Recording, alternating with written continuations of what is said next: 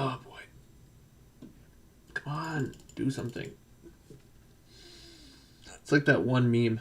That one stick man poking another thing, like a dead horse or something with a stick. Come on, do something.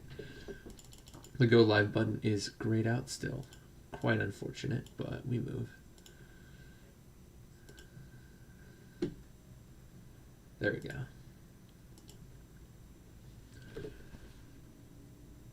All right, boys. We're live, baby. Let's go. Okay. Where do I start with this stream? I will start off by saying hello, everybody. How are you all doing today?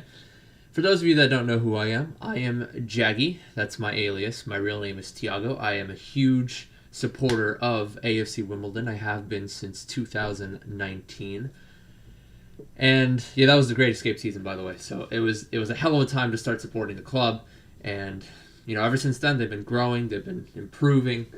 Maybe not as fast as I thought they could. They've been slowly improving, but this season they had a quick jump.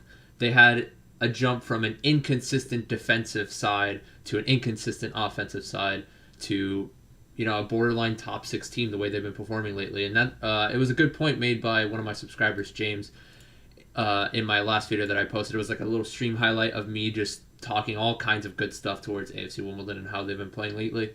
The managerial change. Mark Robinson coming in for Wally Downs in the middle of the season, and quite frankly, I do think that's a huge factor. I do think that Wally Downs was a little bit too focused on the offensive side. We just kept letting things go defensively.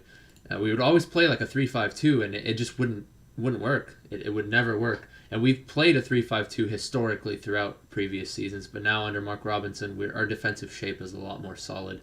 And also, the relationship between the players is a lot more solid, too. The coach to player and player to coach relationship is a lot stronger with Mark Robinson, as he was a coach with the academy team.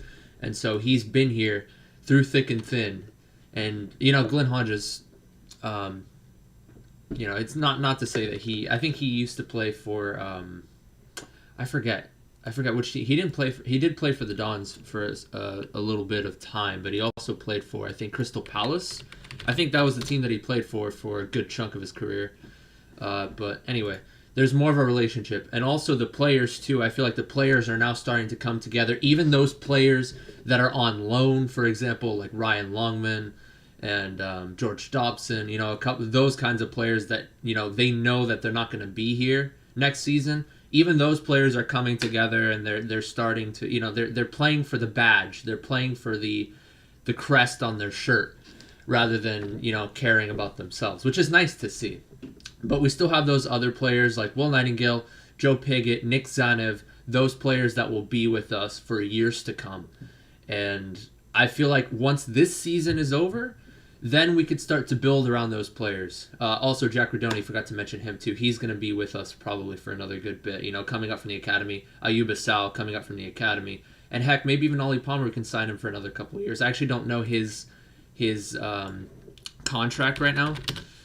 I forgot how many years he got signed for. Let me check that real quick. Contract. I know he signed with us. He's not on loan, but I don't know how long he signed with us for. If anybody can let me know that, because we can certainly build around him too. Have him as our secondary striker for the next few years. But yeah, that being said, I'm focusing a little bit too much on that. I just want to talk about how bright our future looks. And I'll make a video on that once I do a little bit more research on the players' contracts and how long they're planning on staying on the team, and maybe do some sort of analysis. When the season ends, I'll maybe do like maybe a 5 to 10 minute video of an analysis on what we can do in the future. But for now, I'm just gonna say work around the likes of Rodoni, Pigott, Zanev, and maybe even Ollie Palmer if he's going to sign for a few years. Work around those players, and Nightingale too. Work around the players that will ride and die for the badge. But anyway, let me pull up the game here as I did go on a little bit of a tangent there. The game is probably going to start in about a minute or so. But yeah, this is going to be a tough task. Oxford United, it's going to be at Plough Lane, which can maybe push the players and drive them. But we don't really have the best record at Plough Lane, aside from the last few games that we've won. So let's see if we can continue to break the pattern of losing at Plough Lane, because our last few games at Plough Lane have been good ones. We've won against the likes of Ipswich and I forgot the last game. Swindon, sorry.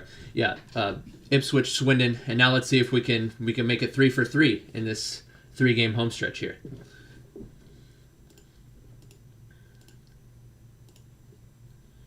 All right, let me set up my timer. We are about to start up here. And if we win this game, guys, we're going to have a major foothold against the teams below us, against the Wigans, the Northamptons.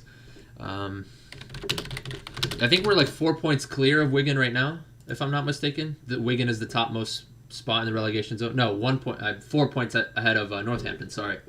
1 point ahead of Wigan in 20th. And, yeah, Swindon have five games lost in a row. I don't think they're going to be able to climb out of the relegation zone. But anyway, here we go, ladies and gentlemen. Some early pressure here from Wimbledon as they force a throw-in 30 seconds into the first half. Also, I didn't mention lineups. I went on too much of a tangent about the team as a whole rather than focusing on the lineups for today's game. So let me take a look at that real quick, actually.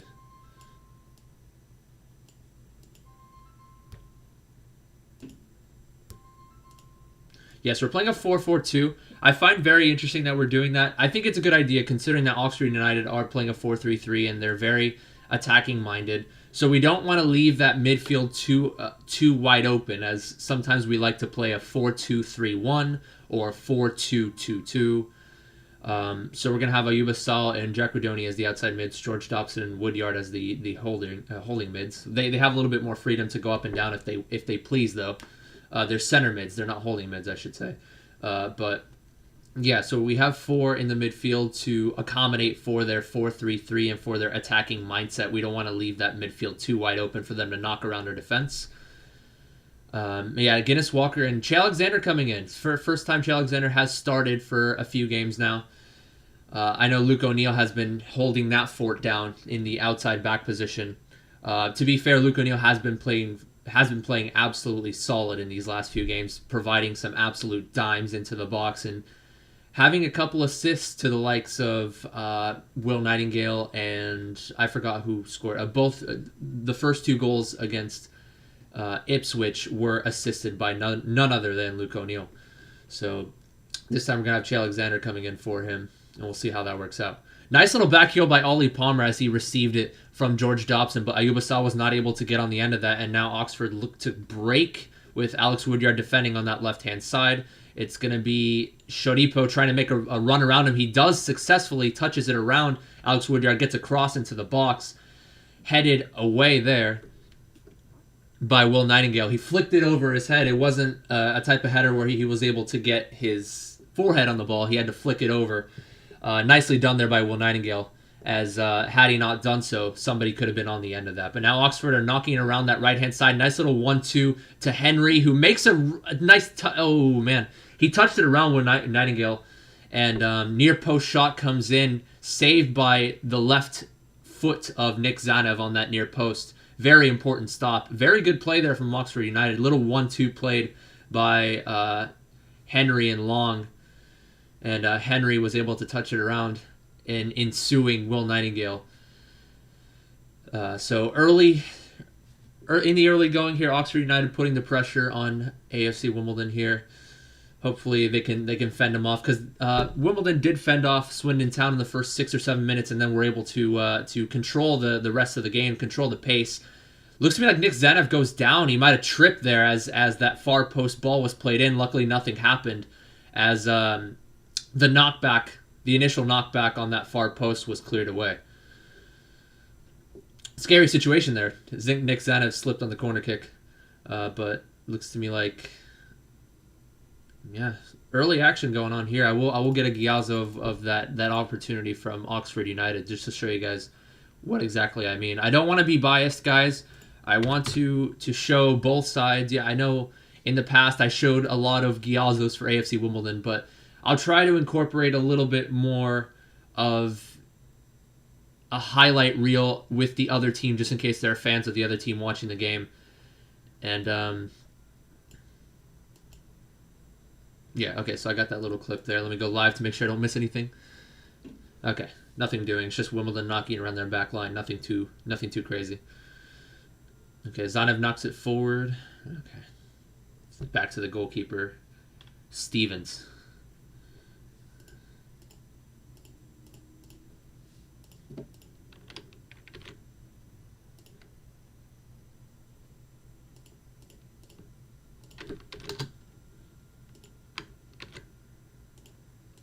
This game, I can already tell this is going to be an absolute freaking cracker of a game. I could see this going 2-2, maybe 3-2 for one of the two teams. I'm not as confident about a Don's win today as usual. Usually I'm like, okay, I think they'll edge it out. I think they'll win 2-1. I think they'll win 1-0. Anyway, yeah, Jack Rodoni knocking around with Ayuba Sal. Ayuba Sal plays a little bit of a through ball to the left-hand side. Ollie Palmer, he plays it in on the ground. Back to Che Alexander. Back to Joe Pigott. Couldn't create a space for a shot as his shot was deflected there. Nice play there by AFC Wimbledon, knocking around a little bit. Jack Rodoni playing a nice little 1-2 or a return ball to Ayuba Sal, who played a little bit of a not a square ball, but a line a pass parallel to the 18-yard box to Ollie Palmer. Ollie Palmer put it in. Unfortunately, Joe Pigott wasn't able to get on the end of that one.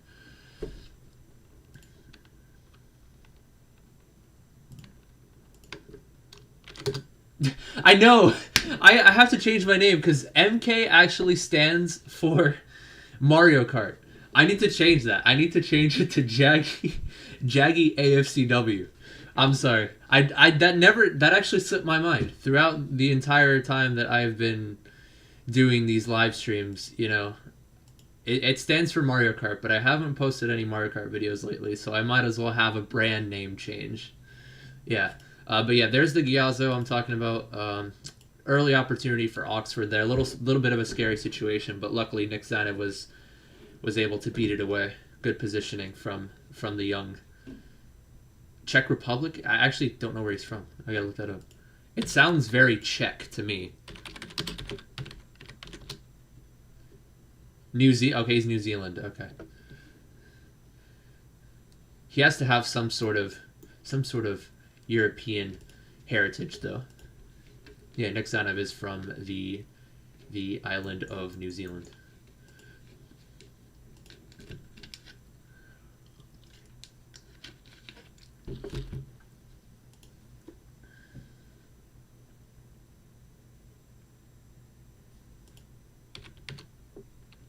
I just thought to myself, Radio WDON is giving shoutouts.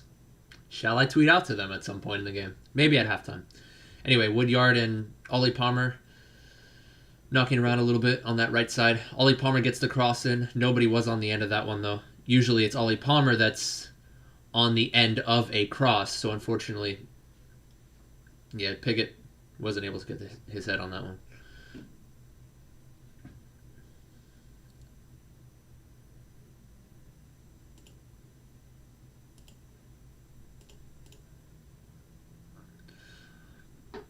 Yeah, Oxford knocking it with their back line and their midfield.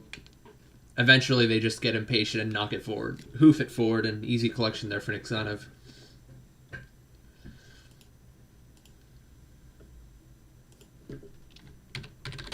Let's see.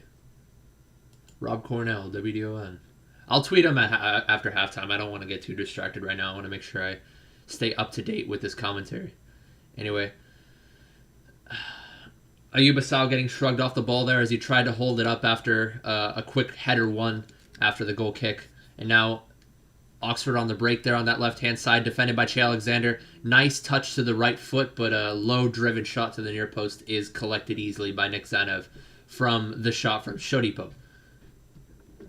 Shodipo.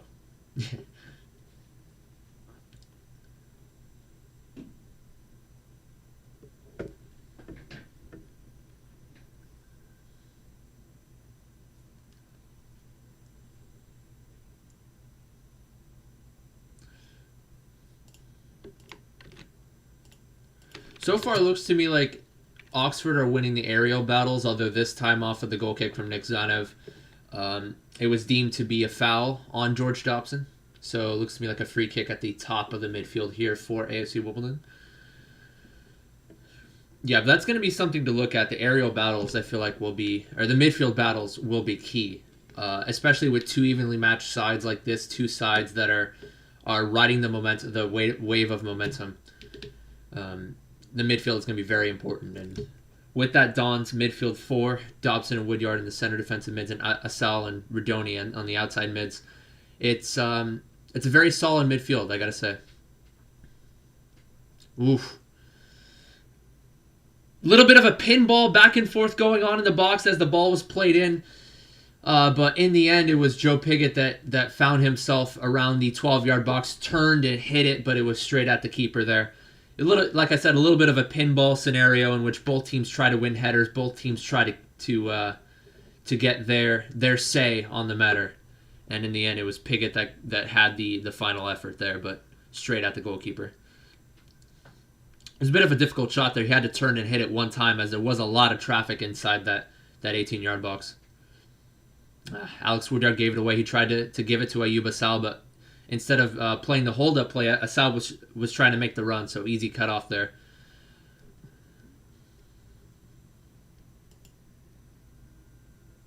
Oof. Yeah, it was Ollie Palmer that put it back in. There was a little bit of a, like I said, a pinball, but Ollie Palmer turned, put it back into the box, and Pigott tried to wrap his. It was actually a header there, but unfortunately straight at the keeper.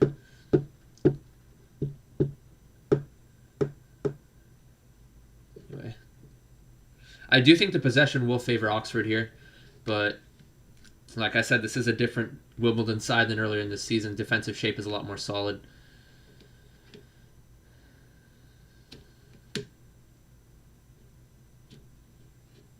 Ollie Palmer tracking back defensively a little bit. Nice to see.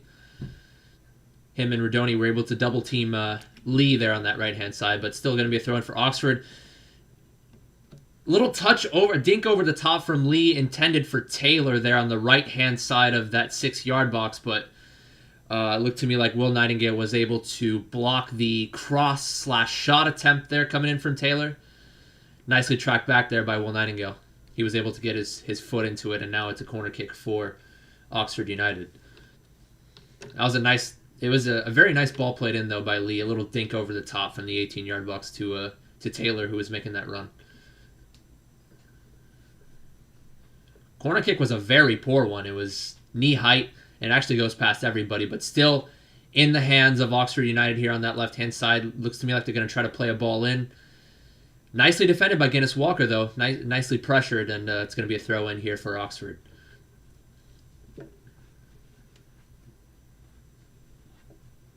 Something I noticed lately with AFC Wimbledon is every now and again they will give up that through ball, or they'll have the player run around one of their outside backs. But the defenders, whoever it may be, whether it's Will Nightingale after the through ball's played down the middle, or Nesta Guinness Walker, if somebody tries to get around them, they're always going to try to track back as quickly as possible and block the cross, or just get a foot on it to try to snuff out the danger.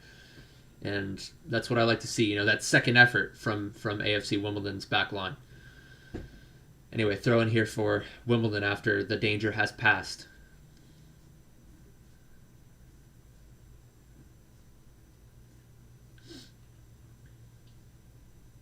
Yeah, Shodipo for Oxford United here may be a key piece for them. They're feeding it to him quite a bit here. In that particular situation, he had his back turned to Che Alexander. He managed to get a poke onto it, and Joe Pigott got fouled by Shodipo. So early on, AFC Wimbledon are doing a very good job of neutralizing the threat that Oxford United have, aside from the first minute of the game in which they created a pretty good chance themselves. A little bit of a tussle here, actually. Nesta Guinness Walker, and I think that was the right back Long. I'm going to look back to see exactly what happened there. But both respective players thought it was their ball. Long picked it up first, and Guinness Walker's like, hey, give me the ball, give me the ball, give me the ball. And Long is like, no, bro, why'd you take the ball from me, bro? It's our throw-in. They're kind of pushing and shoving a little bit, but in the end, it is an Oxford throw.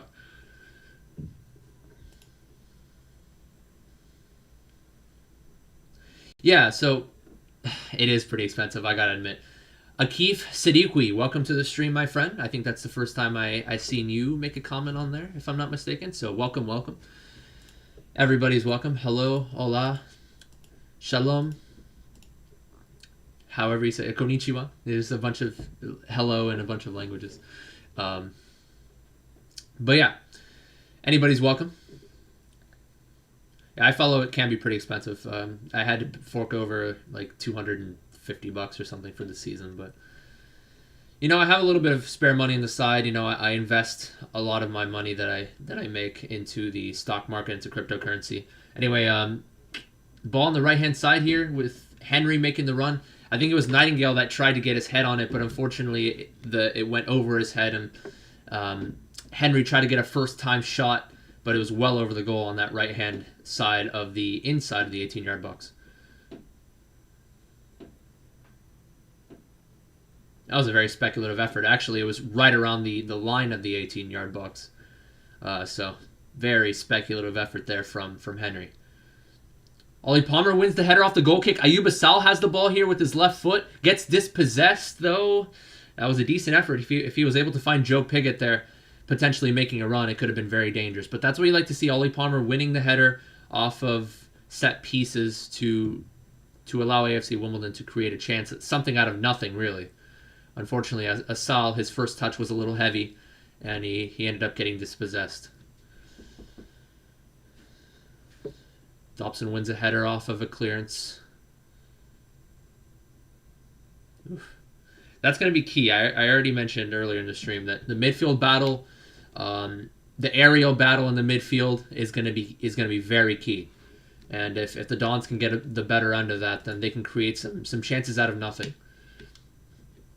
Especially in a game like this where both sides are evenly matched, I feel like it could go one of two ways. It could be like a 2-2, it could be a 3-2, an absolute barn burner of a game, or it's going to be maybe a 1-0 or a 1-1. It'll be kind of a grindy affair, usually with two decent sides with that are riding the momentum. Usually, you know, both defenses are solid, and it's all about the midfield battle. So we'll see what happens.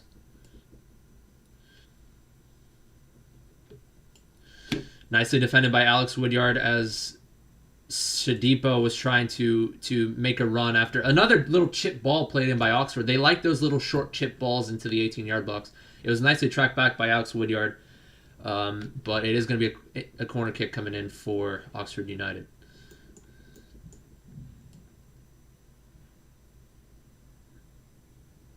But yeah, I'll try to get as many... Oops. I accidentally exited out. Okay, I'm back. I'll get as many Giazzos as I possibly can. Giazzo is a way of capturing some little 6-second clips. So Oxford with the corner kick here.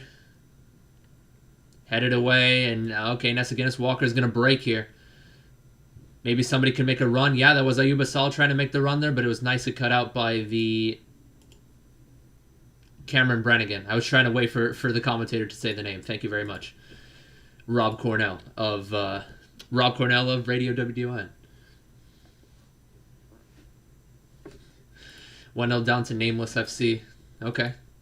You know, that's not terrible. I mean, I want Nameless FC to lose, but I think Bristol Rovers are a few places ahead of the Dons, while MK Nameless FC are sitting somewhere in like 11th or 12th. Let me make sure.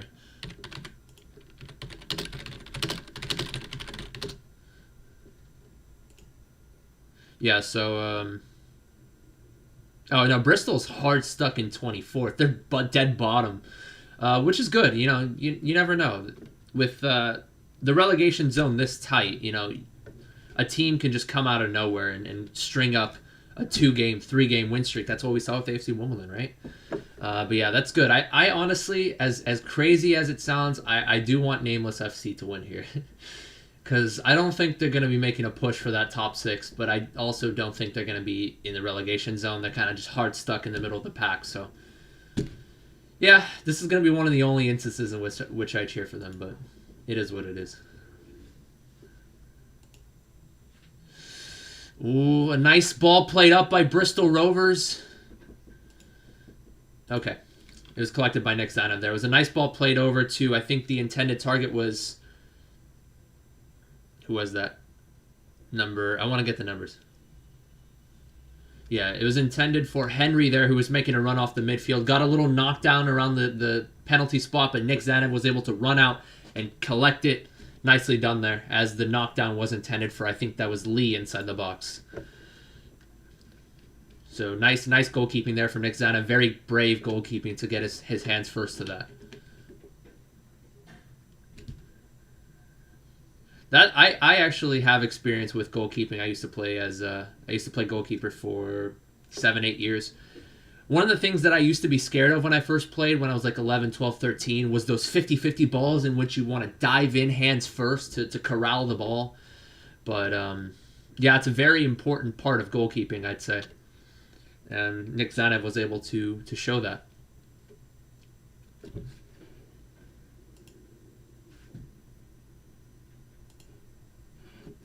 I will answer that question in just a second. Okay, so Nick Zanev was able to... So, I played as... let me rephrase that. I played as AFC Wimbledon in FIFA 16 career mode because they were the lowest ranked team in the game, and I wanted to get them all the way up to the Premier League playing under the legendary difficulty setting because I was a tryhard. But anyway, I thought to myself, all right, why don't I just follow the team? Why not? At the time, I was a Manchester United fan. So then I started following them a little bit. And that was around the time in which they were really struggling in the league. They were dead bottom. That was the great escape season. And then I'm like, all right, I'll watch the FA Cup game against West Ham. That being said, it looks to me like a chance for Oxford on that left side with Shodipo, but it was nicely cut out there by Ayuba Sal coming back defending. And now let's see if he can find somebody. Nice pass to Joe Pigott, who tries to knock it back to Ollie Palmer, but the... outside of the foot, little back heel pass was not accurate, and Ollie Palmer committed the foul trying to track that ball. So, could have been a good opportunity there for AFC Wimbledon. A little bit unfortunate that pass from Joe Pigott didn't come off. But anyway, as I was saying, I watched that West Ham game, and I'm like, holy shit, they're actually doing this. So, I feel like that was the first game I ever watched live, AFC Wimbledon. I went from a follower to a fan after that particular game. And then the next notable moment in my AFC Wimbledon life, that being said, Joe Pigott wins a knockdown from the goal kick from Nick Zanev. Ayuba Sal knocks it to the right-hand side from Che Alexander, who knocks it back in. Initial header clear. Ayuba Sal tries to get a little bit of a bicycle kick attempt there. I think he tried to knock it back into the box rather than shoot it, but ball pinballing around. Oxford United come away with it now. And they're going to knock it high and forward over to Lee on that right side, tracked by Guinness Walker. But the ball was played to Taylor. It was nicely defended there by Will Nightingale, though, to get in behind him and not commit the foul. Able to knock it away for a throw-in. The next notable moment in my AFC Wimbledon life was the game away at Luton Town. It was the game that they scored a last-minute equalizer at Luton, by the way, who was top of the league. And I was sitting in my college English class constantly looking at the scores because I didn't have iFollow at the time. I was refreshing. 90 plus 4. I see the 1 from AFC Wimbledon turn into 2. And I remember at the time, I didn't want to show my excitement because I was in class. I just did a little bit of a fist bump. But deep down inside, I was excited. And that's when I decided, okay, you know what? The next game at Wickham at home is going to be the most important game of the season. They were, I think, like 1 point away. They were in the relegation zone, but they were 1 point behind the topmost team that's out of the relegation zone. So I'm like, I'm going to buy the match pass here. I'm going to buy it for $7, $7 US. And so I did that, and they won. It was a 2-1, kind of a scrappy win, but it was a win nonetheless. Joe Pigott scored 2 goals, and that was it. After that game, I'm like, that's it. I had that little 5% of Man United fan in me. After that, I just shed it completely, and I just fully committed wholeheartedly to AFC Wimbledon. So that's my story. Yeah, that's just it is what it is. You know, I support the club. I support their their run, their rise from prominence, the rise from from lowly League 9, ninth tier. They had to recreate their club because MK Dons bought them out. I'm a fan of that story too. So not only am I let me rephrase that. Yeah. So I truly became a fan after hearing their story, and that's around the time in which I saw that first West Ham game. But yeah, I'm getting flabbergasted because I'm just getting in my own emotions, getting in my own feelings right now. It's a wonderful story. Anyway, that being said, Oxford with the throw-in coming in here. Both sides are knocking about. Neither side creating too many clear-cut chances. One from Oxford in about the second minute or so. There was one half chance from AFC Wimbledon off of a long throw in which Joe Pickett got on the end of that header. I didn't really do a good job of commenting on that because I was talking about something else at the time. But yeah, 25 minutes in, nothing too spectacular to talk about just yet.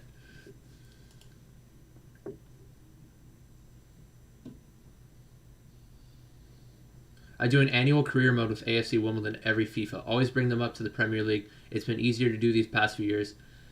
I feel like FIFA has... I haven't played since FIFA 16, so I wouldn't know. But FIFA used to be very... it was before EA got greedy. It used to be very fun. It used to be a passionate fan base. But it boiled over ever since, EA started to care a little bit more about money. They had a lot more microtransactions. And even their gameplay kind of faltered. Their gameplay kind of seemed, quote-unquote, scripted. So it was just a variety of factors that contributed to the downfall of FIFA games. I know some diehard fans still play FIFA, but I feel like it's really... the quality has been watered down.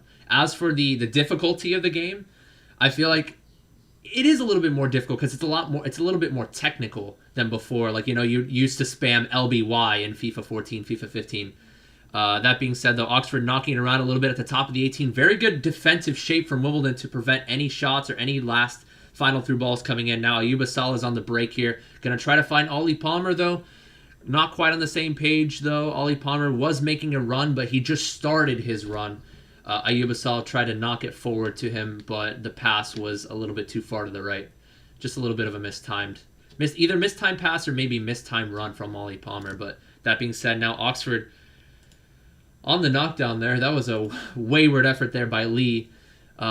Just shanked high and wide to the left-hand side, but the danger wasn't passed as Shodipo was able to win the knockdown and forced Che Alexander to clear it away and a throw-in for Oxford here.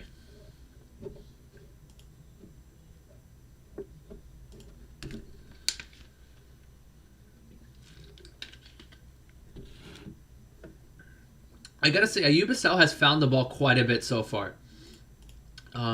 Usually he plays as that center attacking mid, but he's playing as the outside mid for pace mainly, and also the fact that the other team is playing a 4-3-3, so you don't want to leave too much space, too much room in the midfield to allow Oxford to knock it around. But Ayuba Sal has been finding the ball quite a bit. He hasn't found that final pass, though. He hasn't been able to connect with the likes of Ollie Palmer and Joe Pickett. So let's see if he can change that. Nesta Guinness Walker making a run down the left-hand side. Nice little touch inside the box. Gets brought down. Maybe not. Okay, I wouldn't say that was a penalty. Maybe he just got shrugged off. I think it might have been a shoulder-to-shoulder effort there. But initially, that was a really nice touch. Using his pace on that left-hand side, took a very heavy touch towards the center and tried to get on the end of it, but it was very nicely defended there by number 12, Long, from Oxford United, to shrug him off. Anytime I say gets brought down, I don't necessarily mean that, oh, it's a penalty instantly. When I say he gets brought down, I'm like, oh, wait. Yeah, it was very nicely defended there by Long. No penalty there upon instant replay. It was just very nice physicality there from the Oxford men. Yeah, he's been playing very well lately. In this particular game, he hasn't really found his stride yet. He hasn't... his pass accuracy has not really been there. But if you keep feeding him, maybe he can find the likes of Joe Pigott and Ollie Palmer who can make those off the ball runs. Maybe not Ollie Palmer as much because he's more of a hold up guy. He's not the most pacey individual, but if you give the ball to Ollie Palmer, he'll play the final ball. He likes to hold the ball up and play that one little pass around his body, just wrap his foot around, or maybe touch it with the outside of his foot to another runner, maybe to a Jack Redoni. So maybe instead of Ayoub Assal trying to feed it to somebody, maybe we can feed it to Palmer, and then Palmer can feed it to Assal, making an outside run, and maybe he can play the ball back into someone like Joe Pigott, or maybe he can create space for a shot. So we'll see what happens going forward. That being said, Jack Redoni is able to dispossess somebody in that midfield, gets it to Joe Pigott, tries to force it over to the right-hand side, gets blocked, but now it's back over to Guinness Walker.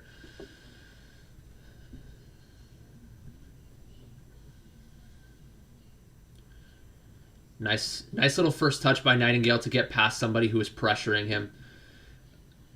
And, tries to find Redoni, but Redoni slips upon trying to receive a hold-up type of ball there. Joe Pigott going to commit the foul there, and it's going to be a free kick on Wimbledon's half. So we'll see if Oxford want to keep playing. Yeah, they're just going to keep playing it short here. Oxford are going to look to try to break down that Wimbledon back line. Every now and again, they'll play a ball upfield. They have been playing a couple of little short chip passes in the Oxford half. When I say Oxford half, I mean in like the final third area. They like to play that little chip pass over. But for the most part, I think Oxford are going to try to knock it around a little bit. Maybe play it forward. Yeah, they do play it forward to Shodipo on the ground, but the pass was too close to Che Alexander as he was able to cut it off. Yeah, Shodipo, though, is going to be a very dangerous player for them. They've been trying to feed him quite often. And there have been times in which he's found himself on that left-hand side trying to beat the likes of Che Alexander or Guinness Walker. I think they are interchanging Che Alexander and Guinness Walker, kind of. I don't know. For some reason, I've seen... no, never mind. It's Che Alexander at the right back position, Guinness Walker playing the left back position. I thought I saw Guinness Walker on that right side once or twice. But, yeah, they're going to keep feeding Shodipo. They're going to keep testing Che Alexander's test. They're going to keep testing his merit and his defensive abilities. That being said, though, back pass intended for Nick Zanev does kind of shank the clearance a little bit. We've seen a couple times in which Zanev hasn't been too comfortable on the feet. Obviously, he has saved us time and time again, notably that game against Northampton where he saved the penalty. But when he has received it on the feet, he has been looking a little suspect. So we'll see if he can work on that a little bit going forward. That being said, though, throw in for Oxford around the 18-yard box here. They're trying to knock it around a little bit. Nice ball played to the right-hand side to Henry, but nice block coming in. Slide tackle from Alex Woodyard, able to track back the run, but it was deemed offside regardless, so play is going to be pulled back. Love to see that effort from Alex Woodyard, though, as the ball was played in behind Will Nightingale, and Woodyard playing that center defensive mid-role very nicely. He has been playing that defensive mid-role essentially throughout the season. Even if he plays as a center mid, he's more of a defensive type of midfielder. Maybe we'll play a ball or two forward to the likes of Ollie Palmer or Joe Pigott.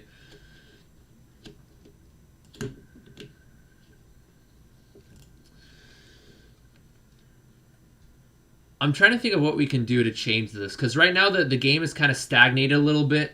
That being said, though, another ball played to the left-hand side. This time it's going to be to... Oh, that's a good ball played in. I think that was Sykes, number 10, playing that ball in, but none of the Oxford players were able to get ahead on that, and it was able to be cleared away. Now, Ollie Palmer finds Jack Redoni in the middle. Tries to find Joe Pigott on the first touch there, but it was deflected away and back to the goalkeeper. Yeah, the game is kind of stagnated a little bit. It's a little bit of a stalemate here. I think Oxford looked the more dangerous side at the moment, constantly playing it down that left-hand side and playing a through ball or two to the wings. But Wimbledon are able to track back defensively very well to cut off the final pass or cut off the cross. As for attacking-based tactics here, I think... I'm trying to think. You could maybe, I think, play a little more direct, actually. You know, we played too direct in the beginning part of the season. And in the middle of the season, under Mark Robinson, we would knock it around a little bit more, play a little more possession, but the problem lied in the chance finishing. But I think in this game, play a little more direct. I think Oxford have a very, very stout back line, and they have, what's the word for it? Disciplined back four, and maybe their midfielders are also pretty disciplined themselves. I think play a little more direct. Play it to Ollie Palmer, play it to Piggott, make it a little bit more of a scrappy dogfight. I know I usually don't like playing too direct, but I think in this game that would certainly be more beneficial, you know. And then have Asal and Rudoni make those outside runs and use their pace as well to once Ollie Palmer wins the knockdown or Piggott wins the knockdown, have one of those come and try to receive that second effort and just take a touch around the defender and they'll be in.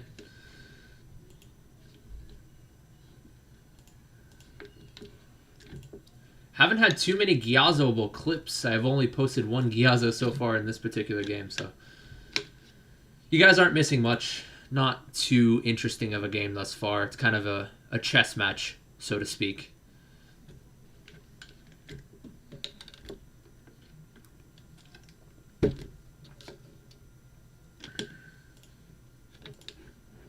Ooh.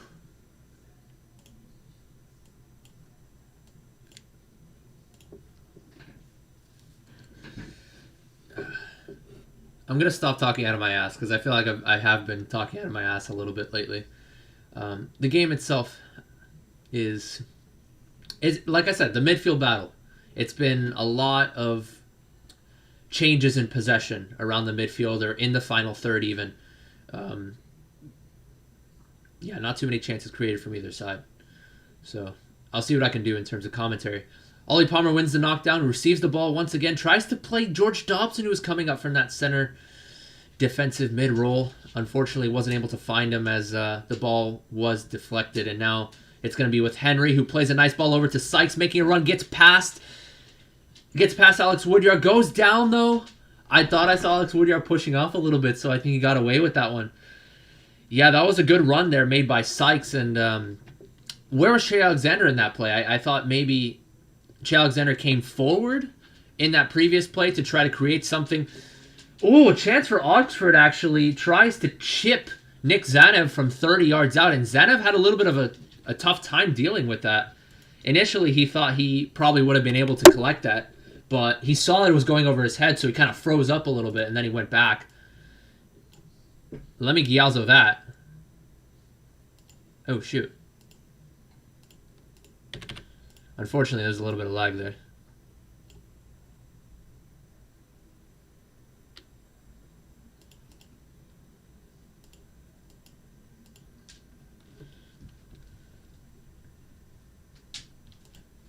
Why is it lagging every time? God damn it. Every time it gets to that part.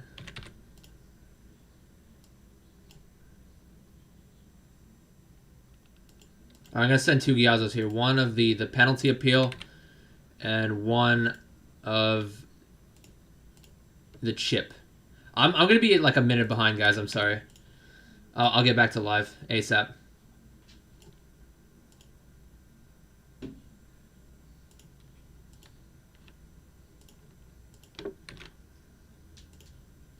Okay, so I'm going back live.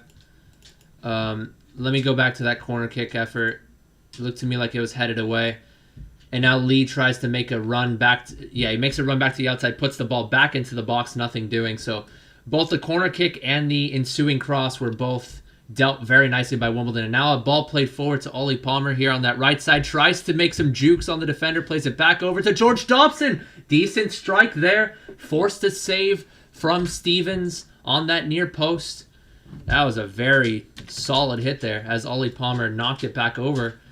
Tried to do a few techers, but realized, he's not much of a skillful player, so he's just going to knock it back over to someone who may end up doing the job, who may end up driving the nail there. And very nearly done so by George Dobson. I have a couple Ghiazzos to show you guys.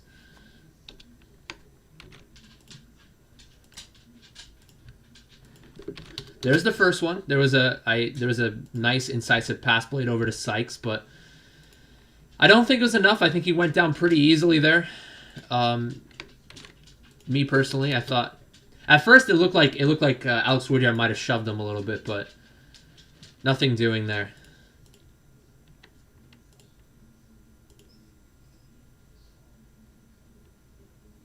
Yeah, so that Ghiazzo I just sent was it lagged a little bit, but Zanev had a bit of a tough time dealing with that little chip.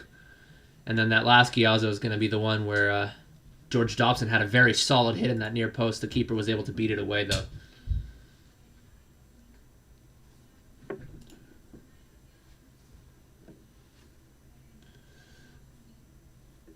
Anyway, throw in here for Wimbledon at the top of the 18. Che Alexander has a long throw. He's going to be able to put it in. Nobody wins the first header, and Joe Pickett tries to get his foot around the ball there on the bounce, but he wasn't able to get good contact. It was deflected, though, for a corner kick, actually.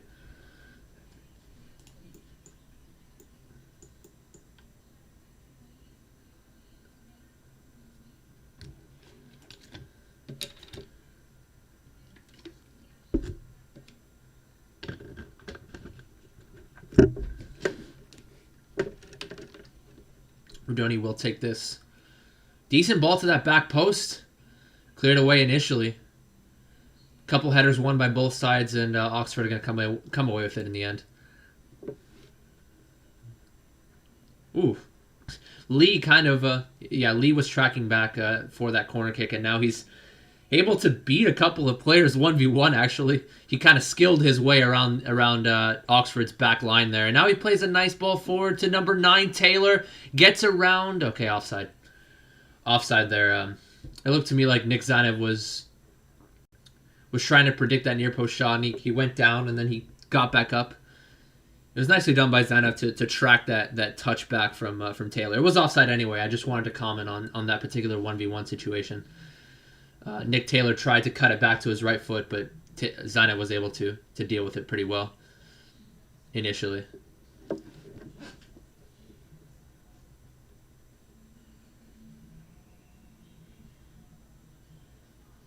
Yeah, both teams winning a couple headers after the goal kick. Again, the midfield battle has been very prominent so far. And I think Oxford have been getting the slight edge over Wimbledon in that department. I think they're winning. Aside from Ollie Palmer, though, he's been winning a couple headers. If you take Ollie Palmer out of the picture, I think Oxford are getting the better end of the midfield battles the aerial battles, I should say. The midfield battles are going kind of back and forth. Both teams giving the ball away. It looks to me like a little bit of a mistake there from Oxford's back line. It was a short goal kick, and then they knocked it a few times around the back line. And number 5 there tried to knock it back to his goalkeeper, but instead it's going to be a corner kick. That was a wayward pass as Joe Pickett was putting on the pressure, actually. I think he passed it way to the right of the goalkeeper there because he saw Joe Pickett coming on his right-hand side. If he passed it to the direction of the keeper, Joe Pickett would have gotten on the end of that. So he was forced to just pass it to nowhere, essentially. Now it's going to be a corner kick for the Dons here. That's something that I've noticed lately with Wimbledon. That's something that I really enjoy seeing is that off the ball pressure defensively. When the other team has the ball in their among their back 4, back 3, back 5, whatever amount of players they want to play in the back, they always put the pressure on and try to force the error. And that's something you like to see from AFC Wimbledon. You like to see that conviction. You like to see that desire to win the ball back and force a mistake or two. Yeah, that corner kick, though, was headed away. The danger hasn't passed, though, as Wimbledon have a throw in here. Nesta Guinness-Walker also has a long throw, I think, alongside Che Alexander. No, instead, he's going to throw it short to Jack Rodoni. Guinness-Walker puts the ball back in. It was a nice ball there, but the ball was headed away. Referee deemed it a foul, though, on Ben Hennigan, who had initially made his way up there. So it's going to be a free kick for Oxford inside their own 18.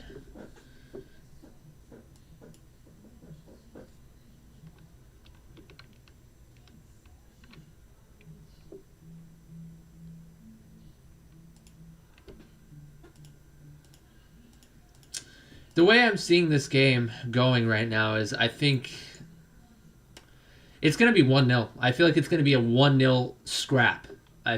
Not to say that these two sides are not quality sides that can't create chances, so that therefore you'll see a scrappy game in which one team will get some goal out of nothing, like a deflection or an own goal or something. I do think that both of these sides are more than capable of creating their own chances.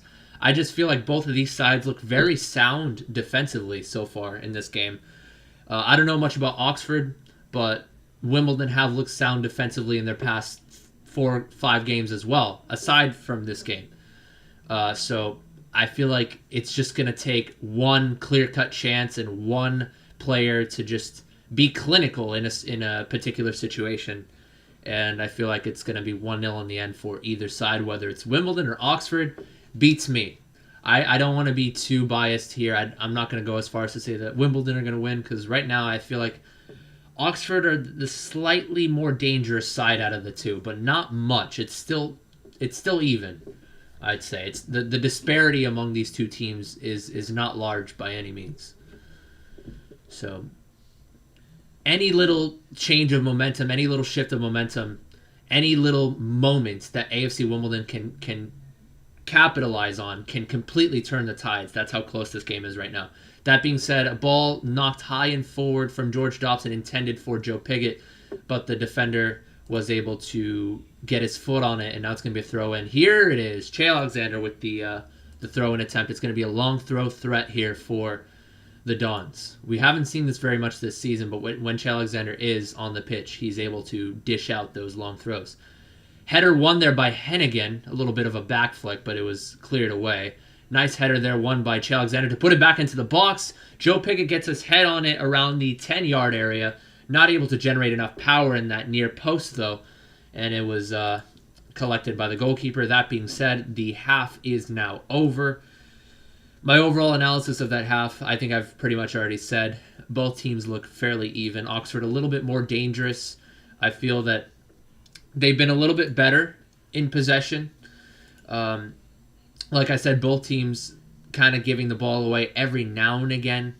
I think Wimbledon are kind of forcing a few passes, trying to force their way in. The likes of Ayub Assal and Joe Pigott weren't able to get that final pass. They weren't able to connect with their fellow brethren making the runs down the wing, or maybe trying to play it to Ollie Palmer, who's trying to play a hold up or something. They just can't find that pass. And I feel like Oxford are a little bit more, I don't want to say clinical, because I feel like I've been throwing that word a lot. Usually you want to save that word for strikers and how they're able to deal with, or how they're able to finish chances. But AFC Wimbledon have been a little bit more careless with the ball, I gotta say. Or not careless, but Oxford have been more diligent with the ball. They've been playing it to that left-hand side to Shodipo, playing it to that right-hand side to Lee. And if the cross isn't on, they'll play it back to the center mid and try to reset.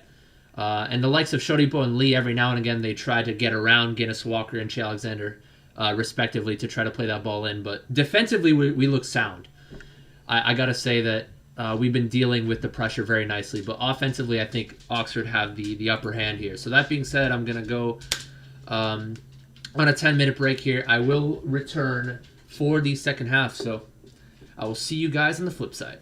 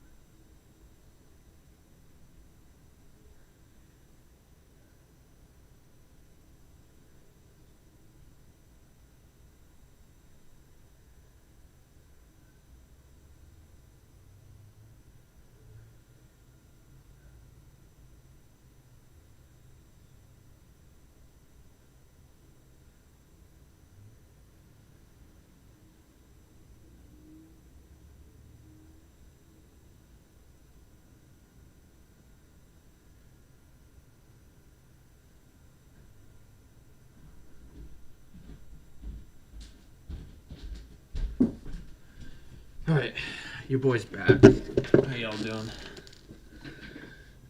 All right, I think I timed it right. I think maybe I came back like a minute or two before. Oh, actually, literally just came back and they're coming on the field. All right, awesome. Let's check to see if there were any changes being made. Doesn't look to me like either team made a change, at least via Google. Usually they update that shit pretty quickly, so yeah, looks to me like no changes for either side. I mentioned that the Dons weren't able to get around Oxford's back line because they're keeping possession decently among their back line and maybe their midfield, but when they get it in the final third, they just can't find that final pass. The likes of Joe Pigott and Ayuba Sal, when they're on the ball in that final third, they just can't. They're not able to play that final ball into Oli Palmer or to whoever's making a run, or to whoever is trying to hold up, and I don't know, just anybody. They can't play that final pass. So we'll see if they're going to be a little bit more careful with the ball, maybe not try to force too many passes, or even with the passes that aren't forced, just try to make them a little bit more accurate.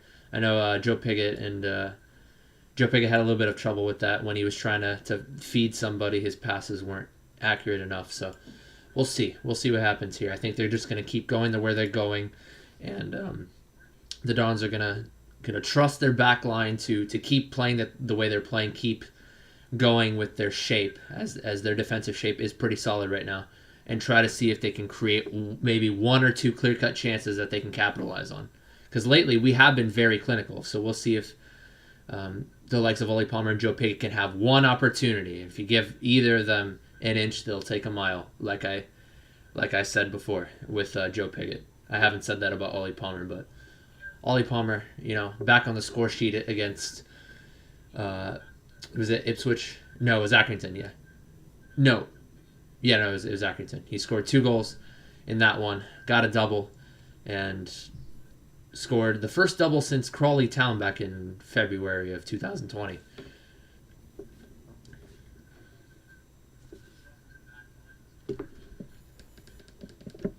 Okay.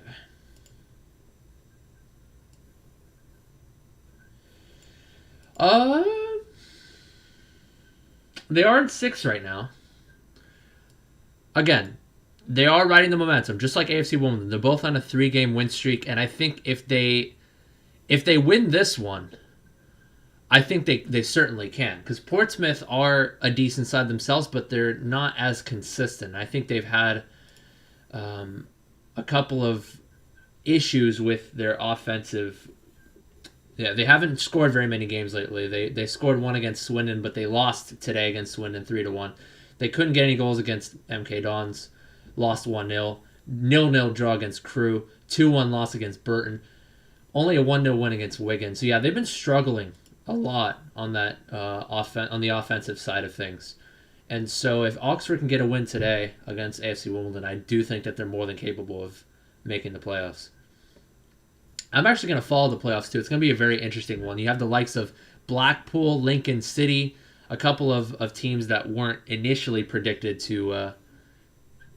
Maybe Lincoln are a decent side. They were predicted. Anyway, Oli Palmer, with the intended target there after a cross came in from, I think that was Che Alexander, but it was punched away nicely by the goalkeeper. Second effort there played back into Ayuba Sal. The pass, the through ball was intended to Asal, but the pass was too heavy, out for a goal kick there. So Wimbledon starting off the half pretty nicely with a dangerous ball played in.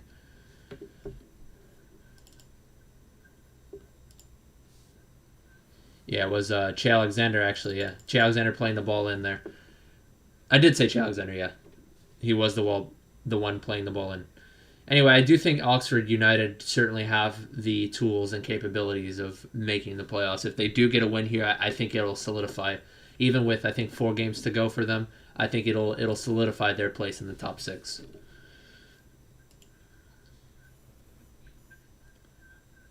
I think Charlton are a bit of a dark horse team too. If in case Blackpool maybe drop a few points, or if Oxford lose their game, I think maybe Charlton can come up the ranks. Charlton are 0-0 currently against Plymouth. We'll see what happens in that particular game. Also, a couple other games around the league, notably the relegation battle here. Bristol still down to the nameless team. I actually do prefer them to win, MK Dons, for once. Anyway, Jack Redoni gets around his man. He plays a ball inside. Joe Piggott on the end of that. His first touch kind of let him down. Wasn't able to bring it under control, but it gets it over to Che Alexander. Back to Piggott on that right side. Che Alexander, can he get a ball in? Instead, he tries to drive it to goal, but it's straight at the goalkeeper with too little power as well. So, easy collection there by the goalkeeper. Yeah, Joe Piggott's first touch kind of let him down there. I'm going to get a Giazzo of that. It was a nice ball played in by Jack Redoni, and Joe Piggott found it around the right side of that 6-yard box, and he wasn't able to fully corral that. Yeah, first touch let him down. I'm getting the Giazzo there.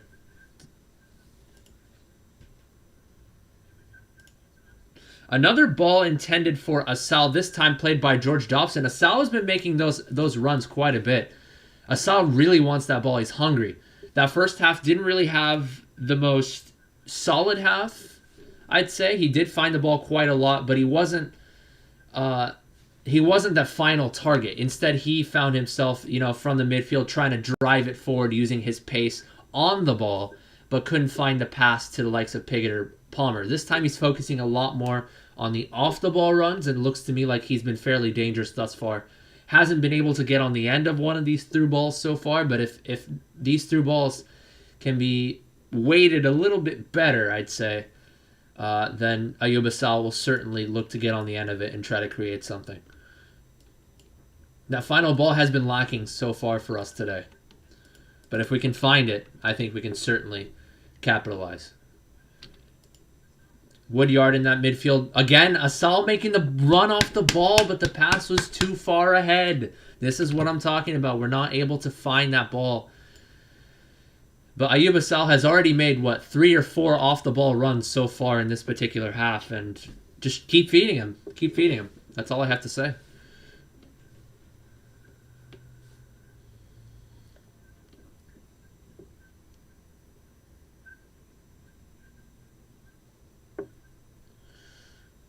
Oxford have it here with Sykes making a run.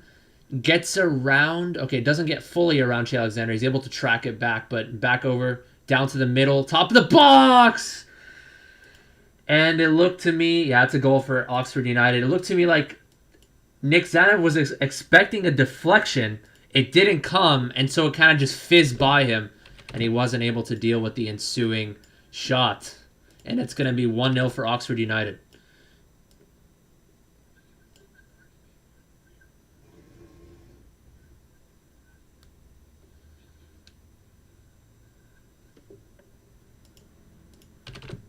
So I'm going to get a couple Giazzos here. Yeah. That's tough. Yeah, that's tough. That's tough right there if you're Nick Zanev. George Dobson stuck his foot out there, but he wasn't able to block the shot, and that kind of put off Nick Zanev. And the goal was scored by the left back of all people. Ruffles, it's going to be 1-0 to Oxford United. That's tough. I wouldn't really blame Zanev in that situation. I will post the Gialzo in a second to show you guys what I mean.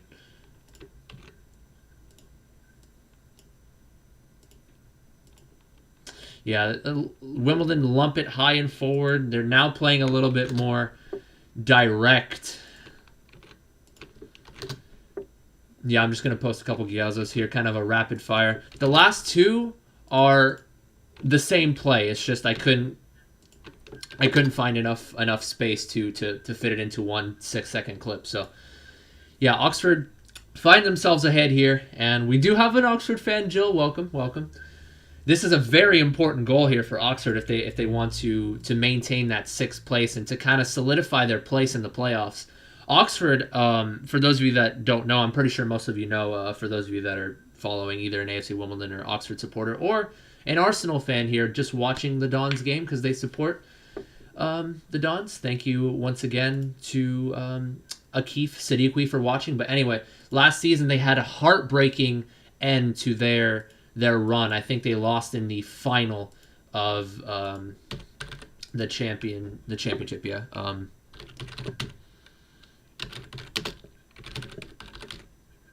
Wait, EFL League One playoff final. I forget the result though. Yeah, they lost to Wickham. Yeah, Wickham Wanderers were able to get promoted. There was a back and forth. I think Oxford got like a cross goal where it was intended to be a cross, but it ended up in the back of the net.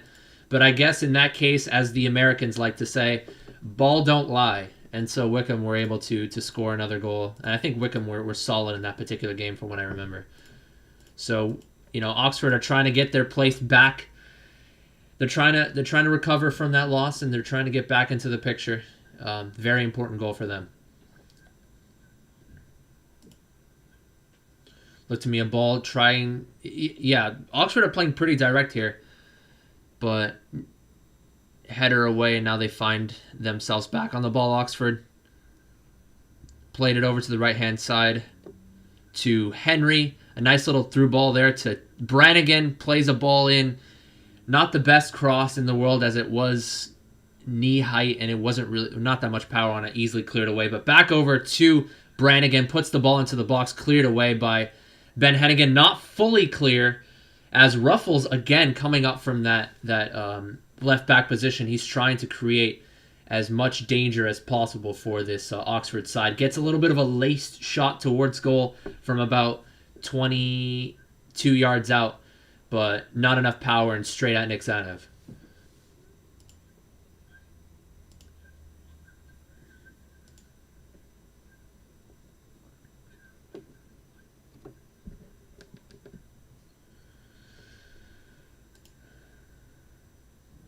I think my timer is off. Hold on. Yeah, my timer is off, guys. 55, 47. Okay. Timer's right now. So that goal was scored in about the 51st, 52nd minute. Not the 70th minute as I had it. So, yeah. 11 minutes into the second half. Wimbledon started off pretty strong. I mean, they had some forward pressure with Che Alexander putting the ball into the box. Unfortunately, none of them were able to get on the end of the header. They pumped a few balls over to Ayuba Sow, who was making some pretty strong off-the-ball runs, but they just couldn't find him. The likes of Alex Woodyard and George Dobson just couldn't find him. It's unfortunate. Oxford were able to capitalize on another opportunity, too, that they were able to create.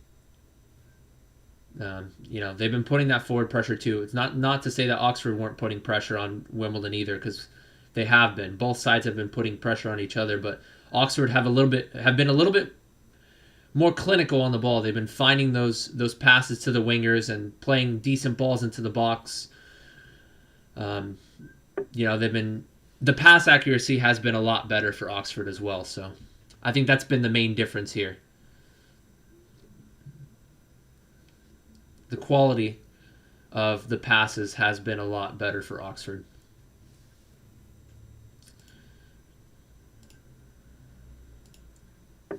Yeah, Oxford knocking it around once again. AFC Wimbledon having a hard time getting the ball off them. Joe Pigott with some off-the-ball pressure. That's what you like to see, but unfortunately kind of kicks out a little bit.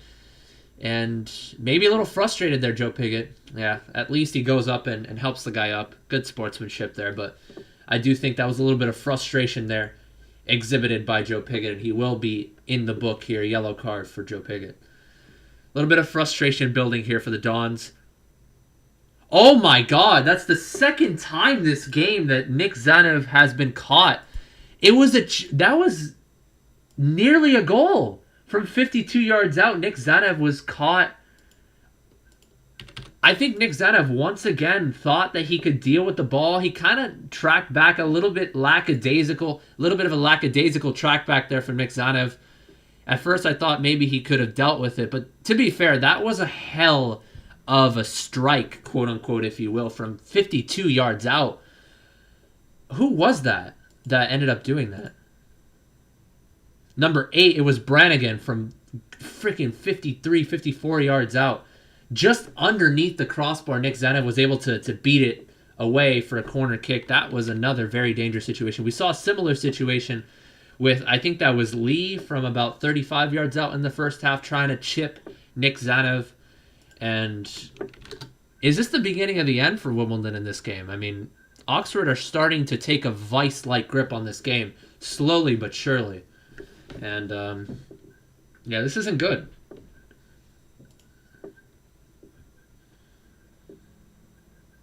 Okay, looking back on second glance there, I wouldn't blame Zanev that much. I thought maybe he could have tracked back a little bit quicker to maybe try to, maybe not catch the ball, because if he were to try to catch it, his momentum would have carried him back, but do that little trick where you try to beat it forward as you're going back and then run onto it and collect it. But, yeah, Nick Zanev kind of having a little bit of trouble dealing with those balls going over his head. That's the second time this game, unfortunately.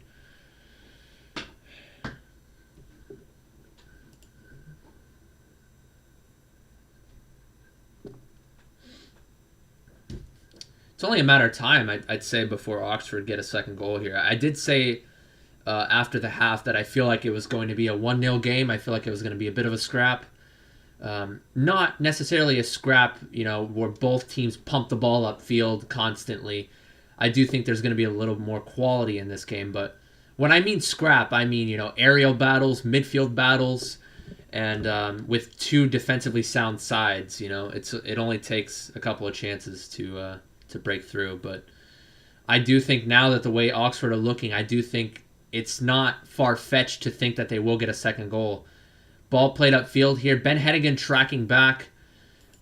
One of the Oxford players went to ground there, but I think he slipped. Easy collection for Nick Zanev, able to roll it out to Nessa Guinness-Walker. 40-yard run. He's constantly going. He's still on the ball, going into the 18-yard box, and it's going to be a corner kick for Wimbledon all the way from back to front.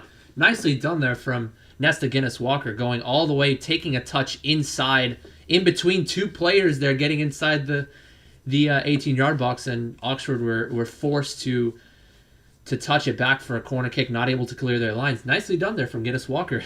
He was a man on a mission, guys. Corner kick here. Let's see how good the delivery is for Che Alexander here in the 61st minute of the game.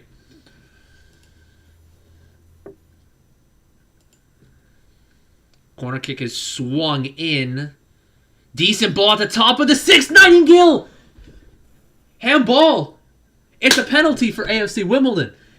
Will Nightingale initially went for the header. The header was blocked, but he found himself with the outside of his right foot, getting that second effort, and the person in the near post from Oxford handballed it. Yep, stuck his hand out. The person on the near post, that's a sure red card, is it not? That has to be a red card. It is a red card. A penalty and a red card. Ladies and gentlemen, AFC Wimbledon are now in the driving seat with that. And now Joe Pigot's going to take the penalty. It's in. Easy slot. Bottom right-hand corner. 1-1. Just like that, the tide has turned. All of a sudden, AFC Wimbledon are in the driver's seat. It's 1-1, and now a man up, guys. We take those.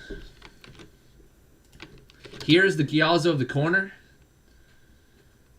And I will get the Giazzo of the following penalty kick finish. It was a solid finish. Coolly done. Cool as you like. From the top goal scorer, Joe Pigot. Once again on the score sheet.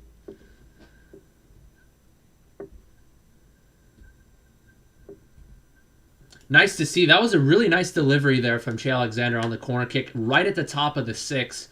And Will Nightingale, he's always going to try to get on the end of that. He has a couple of headed goals this season, one against Ipswich off of the corner kick, and one in the last game against Swindon off of a free kick. So you'd always expect someone like Nightingale to get on the end of that. But it was the second effort from Nightingale off of the initial deflected header with the outside of his foot there. And instinctual play, kind of a Luis Suarez-esque play there from the defender there. It was Henry, actually was the midfielder. And that's a tough loss if you're Oxford, because Henry has been one of those players that have been feeding the front three, feeding Lee, feeding Taylor, and that's a tough loss if you're Oxford. He's been one of the playmakers for Oxford in this game. And now the ball played over to Ollie Palmer, wins the knockdown, rather a chest down, tries to play it over to Pigot, but the ball was deflected back to Alex Woodyard with his left foot making a run from that center mid position. Gets a nice strike from the top of the 18-yard box. Left-footed effort right over the goalkeeper. Around the middle of the goal. But the pace was enough to beat the goalkeeper. All of a sudden, the Dons are on top, guys. The Dons are winning. I mean, I didn't expect this. It was all Oxford this half. All Oxford. And now all of a sudden, something out of nothing. Let's go. Let's go. That's all I have to say. Let's go. Yeah, so that pass was initially intended for Joe Pigott at the top of the box. One of Oxford sticks a leg out, and Alex Woodyard, first time, cool as you like. Let's go, guys. Let's go. Don's strong. Don's strong, guys.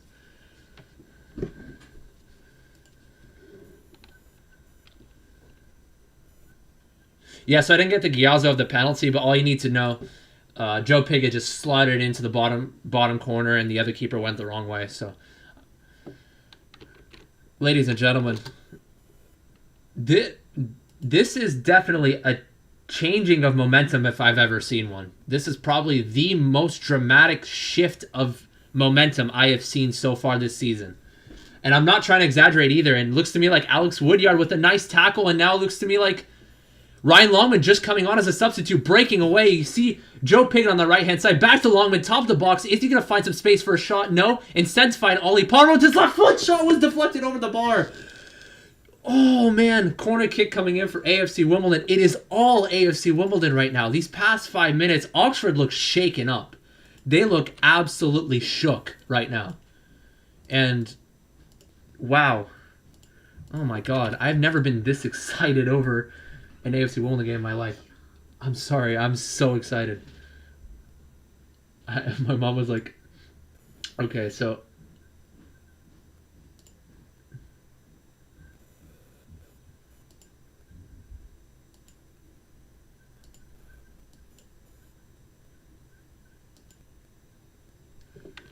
yeah, no, I try to get a Giazzo of that, so I'm going back live. I think I'm 10 seconds behind now, so the corner kick is going to be coming in for Che Alexander. Puts it in, initially cleared away. Ah, damn. Jack Rodoni tried to win it back. Or actually, sorry, that was Joe Pigott tried to win it back, but it unfortunately commits the foul. Whale Rider showing his support. I know. That is probably the most sudden shift of momentum I have seen in any AFC Wimbledon game this season. Even more than that own goal that we saw against Charlton. I mean, not own goal, sorry. It was a short goal kick that Charlton they completely gave it away and bottled that. That was definitely a shift of momentum. But this, 2 goals in the span of 3 minutes, followed by a red card after right before the first goal that was scored. I mean, that's as sudden of a shift as I've ever seen, guys. And I feel sorry for every Oxford fan out there. You know, they're sitting in 6th place right now. They need a win. Well, they don't need a win. They still have 4 games to go. But a win would certainly solidify their place in the top 6 and bring them, I think, maybe 3 or 4 points ahead of 7th place Portsmouth, I think it is. I could be wrong there, but yeah. Oxford fans out there collectively just probably screaming at their TVs right now, screaming at their monitors if they're watching this game live on iFollow. Or if they're following the game on Twitter, they're probably still equally as pissed. My goodness. So yeah, it's going to be Charlton. Actually, they were initially in 7th, but now Charlton are 1-0 up. Charlton are 1-0 up against Plymouth. So right now, Oxford are in 7th. And, yeah. I feel sorry for you guys right now. I'm sorry. I'm not laughing, you guys. I'm not making fun of you. I'm just really excited right now. I'm just kind of engaging. I'm living in the moment right now because obviously I'm a Dons fan, and this is just such a good way to just turn the tides, man. And they look shaken up, Oxford. That's all I have to say. Anyway, ball played up, hoofing ball upfield to Shodipa. Looked like he was going to win it at first around the top of the 18, but Will Nightingale was able to track that track that back and win it back very nicely. Now to Guinness Walker here. He's going to lump it up. Looking for Rodoni, but Rodoni wasn't able to hold the ball up, and now Oxford win it back. Oh my goodness. Update your scoreline, 2-1 AFC Wimbledon. My goodness.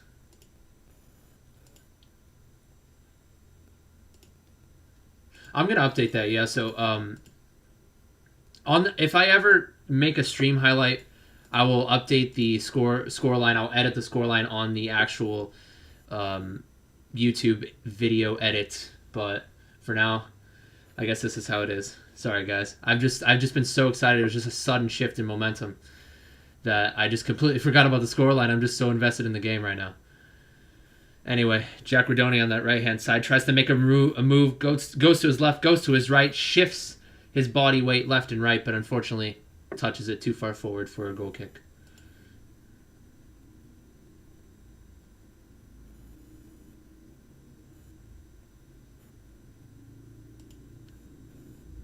Boy, oh boy, oh boy.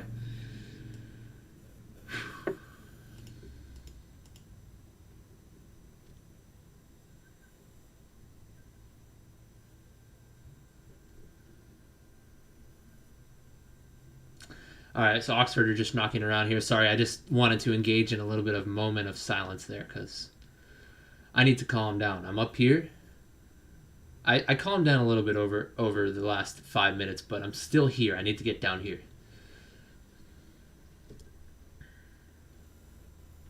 Okay. So now it's going to be... Yeah, it's going to be a throw in here for Wimbledon. And I think if you're Wimbledon here, I'm trying to think of some possible changes maybe to solidify this 2-1. So Ayuba Sal already came off for Ryan Longman just about 7 to 8 minutes ago. I think, Woodyard and Dobson are doing a decent job. I gave Woodyard a little bit of flack for not connecting on a couple of passes, but defensively he's been very, very sound. So I think you keep him on. Maybe bring on Oxenen for Dobson for some fresh legs in that center midfield role. Potentially bring on... I wouldn't say bring on Paul Kalambayi right now because Hennigan and Will Nightingale look pretty solid in the back, but I'm trying to think of some possible substitutions for fresh legs. Maybe in the last 10 minutes or so bring on Paul Kalambayi, possibly. But yeah, Dobson doing well to track back defensively off of an initial cross coming in there for Oxford. Able to head it away. Not able to head it out to the touchline. Instead, heads it away for a corner kick here for Oxford.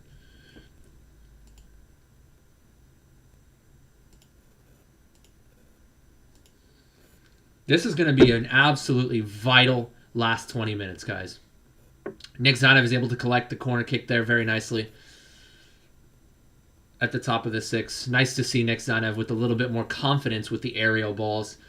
We saw a couple of opportunities from Oxford. One from, I think that was Lee in the 35th minute, having a little bit of a chipped effort from 35 yards out. Saw that Zanev was a little bit off his line, and Zanev was forced to tip it over. And then in the second half, around the 50th minute, a 53-yarder, just a line drive from Brannigan, catching Nick Zanev off his line once again. To be fair, that was probably the most accurate line drive I have seen in a while. That was just underneath the crossbar, and it forced another little tip over from Nick Zanev. But nice to see that Zanev was able to collect that corner, gain a little bit more confidence in the aerial battle.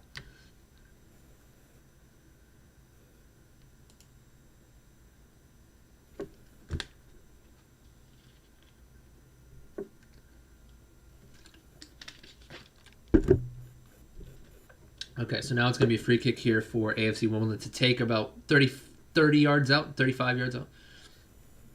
Knocked back by Will Nightingale, a little bit too heavy as it went over everybody's head, and now it's going to be a goal kick. Ollie Palmer down on the ground right now.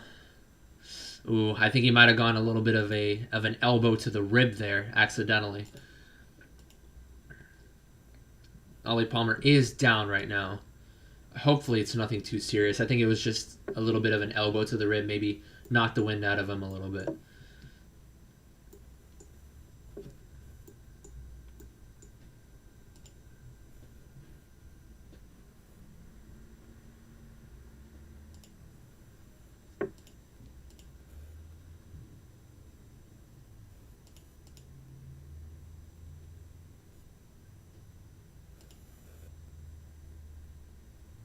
Oh yeah, I just realized that last Giazzo that I posted, I didn't. I tried to fit it all in one 7 second clip, but basically that shot from Ollie Palmer was deflected by the defender, went over the bar. So, yeah.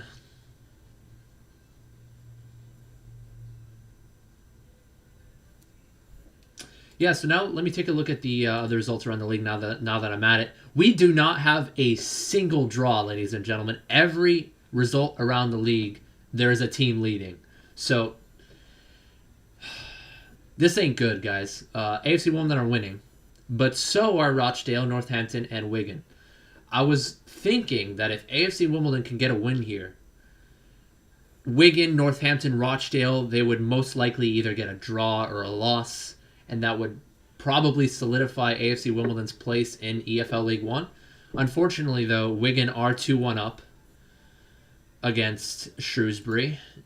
Northampton are 2-0. Okay, that being said, there was a nice ball played on that left-hand side. It was a long ball from Oxford, played to the left to Sykes, who tried to put it back into the box, but cleared away. Anyway, Northampton 2-0 up against Ipswich. What has happened to Ipswich? I thought that the 3-0 win from the Dons against Ipswich was impressive, but then I did a little bit more of a deeper dive into why Ipswich have been losing.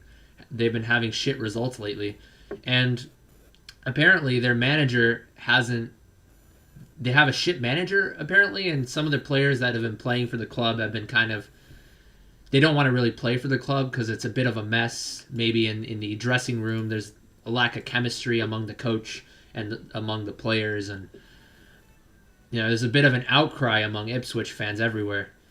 And yeah, initially they were doing decent. I think they were in the top 6, top 7. But lately, they just have not found their stride, and they're 2-0 down currently against Northampton. Not a good look if you're Ipswich.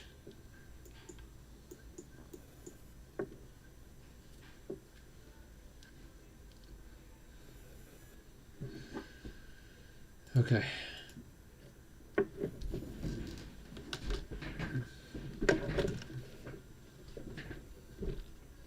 All right, so ball pumped up to Ollie Palmer, intended for him again. He goes down once again, though. I think that rib is really bothering him, but Joe Pigott finds the ball on that left. Back over to Ryan Longman, tries to create some space. Forced to play it back over to the left-hand side to Guinness Walker. Cuts it down to the middle, tries to find a through ball to Joe Pigott, but it was deflected. Back over to Ryan Longman on that left side, playing as that left mid, subbing in for Ayoub Assal. To be fair, Ayoub Assal had a very good game off the ball, maybe not so much on the ball.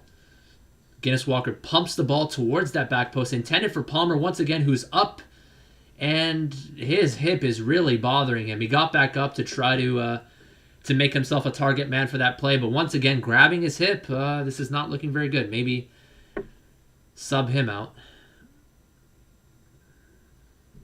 Looks like a little bit of a tussle between Woodyard and another player from Oxford as Shane McLaughlin came in there, as he was the initial player that put the pressure on.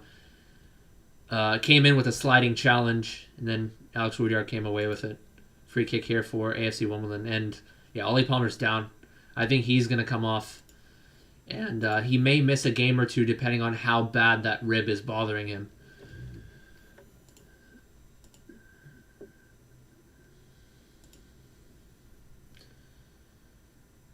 Now I think at this point you got to bring on,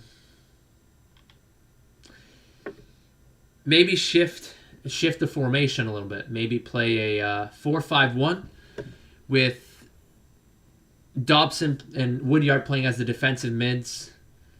Maybe, well, Rodoni already came off. So you have McLaughlin playing as one outside mid, Longman playing as another outside mid.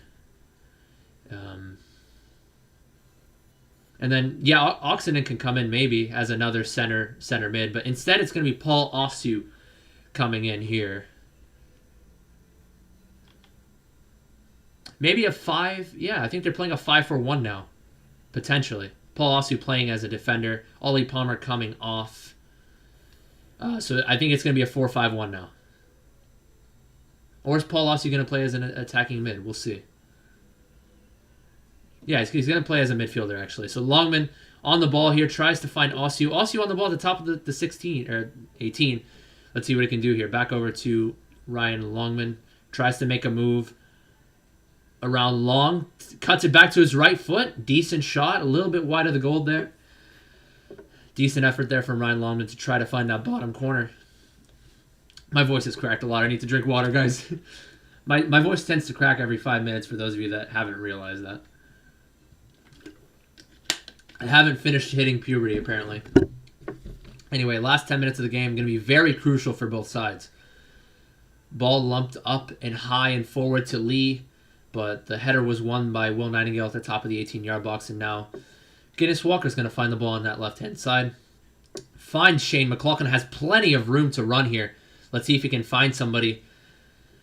Finds Ryan Longman, not making a run, but now he finds George Dobson making a nice little incisive run, nice incisive pass from Longman, but the shot was shanked by George Dobson, to put it lightly. It was shanked.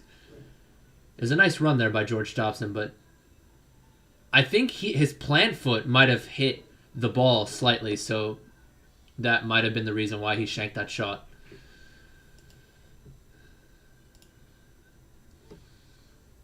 Yeah, as for Oxford, yeah, Shodipo and Taylor came off a little bit ago for Winal and Agyei. Am I saying that right?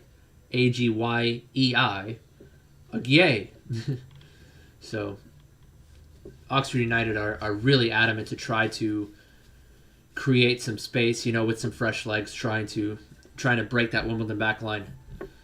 They've been playing the ball through the ground a lot. They've been playing a couple of aerial balls, but mainly on the ground. They've been knocking them among their midfielders.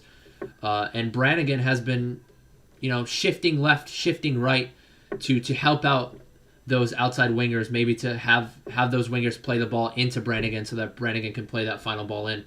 He's been kind of that engine in Oxford's midfield. He's been up and down. So let's see if Oxford can capitalize on Brannigan's, energy level, so to speak. That being said, though, a yellow card comes out for Nessa Guinness Walker for an ensuing foul. Another substitution going to be coming on for Oxford United. The last two substitutions, Hansen and Ford, coming in for Oxford.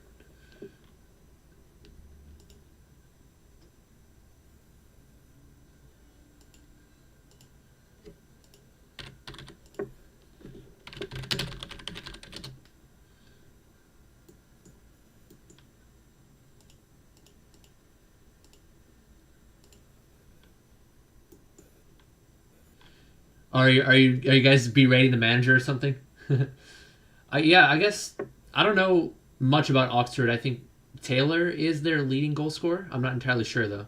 Ooh, okay. Joe Pigott was putting Stevens under pressure, as initially there was a back pass to Stevens, but not the best clearance from Stevens because of that off the ball pressure. Now Dobson finds Joe Pigott on the right hand side, just over the bar there from Pigott. Nice off-the-ball pressure from Pigott there to force an error from Stevens. He tried to get a clearance there, but kind of... I don't think it was a clearance per se. I think it might have been an intended pass to somebody, but the pass was a little bit wayward. Dobson collected that ball around the 30-yard mark area, was able to get it back over to Joe Pigott on the right-hand side of the inside of the 18-yard box, and unfortunately the shot was a little bit too high. But that's what you like to see from Wimbledon, that off-the-ball pressure.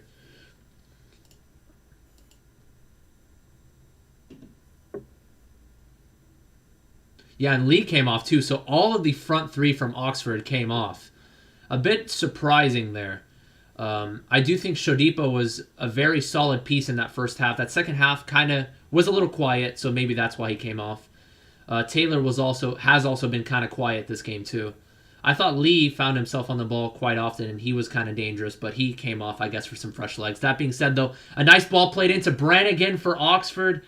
I think the ball was played in by... who is that? Dang it, I couldn't catch the number.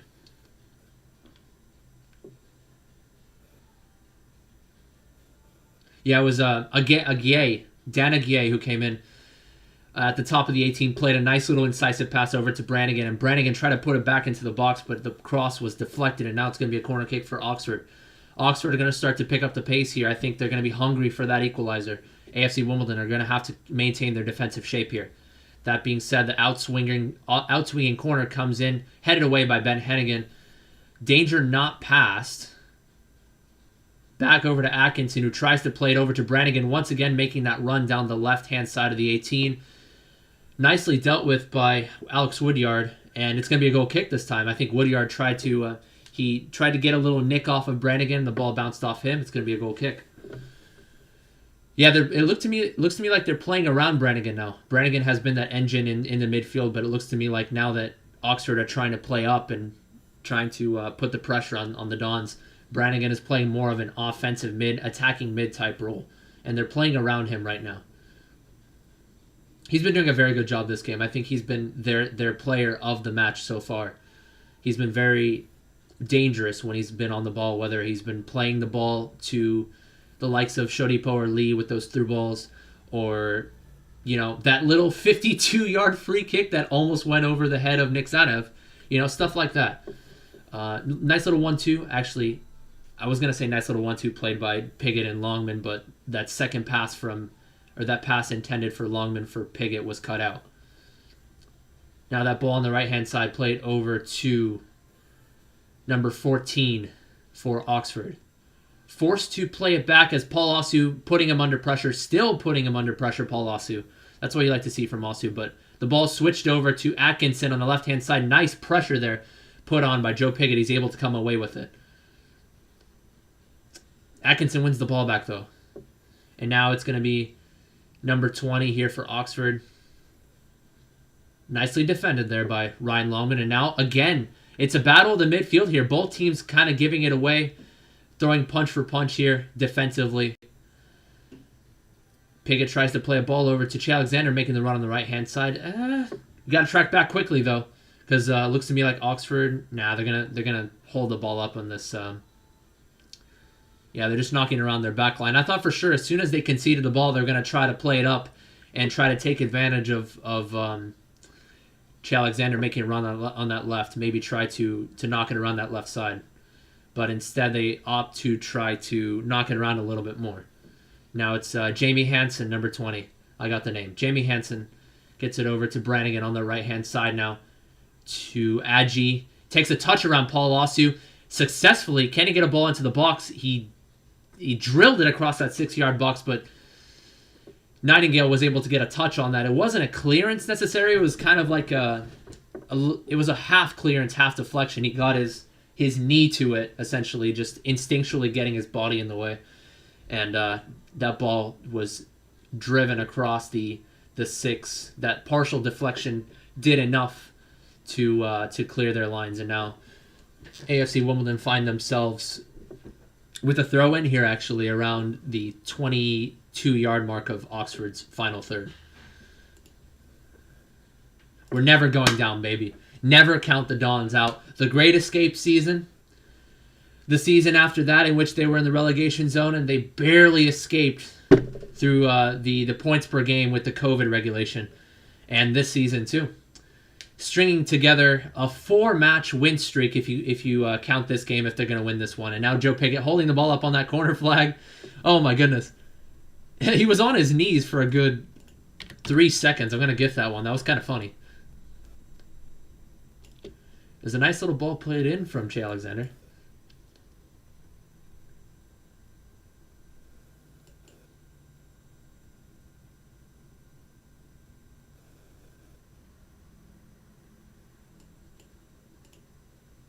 All right, so it looks to me like Oxford knock it forward. But, yeah, Ford was making the run there on that right side from the long hoofing ball upfield from the center back, but he was deemed offside, and now it's going to be a free kick for Wimbledon. Time's running out. Clock's ticking for Oxford United. I feel for you guys. I feel for Oxford fans out there. To be 1-0 up and then all of a sudden concede 3 goals after a red card from a handball. A Luis Suarez 2010 World Cup-esque handball. It's tough. It really is tough for Oxford fans. But the Dons here, with this win, I'm not going to go as far as to say that they're going to be safe from relegation because Wigan are 2-1 up and Northampton are 3-0 up against Ipswich. I mean, Ipswich are a shambles right now, let's be honest. Rochdale 1-0 up as well.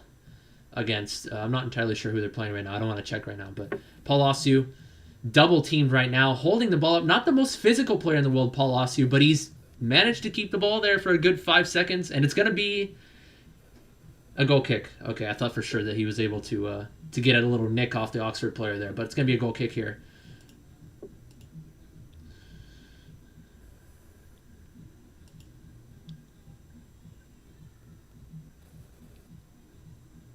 Atkinson over to Brannigan.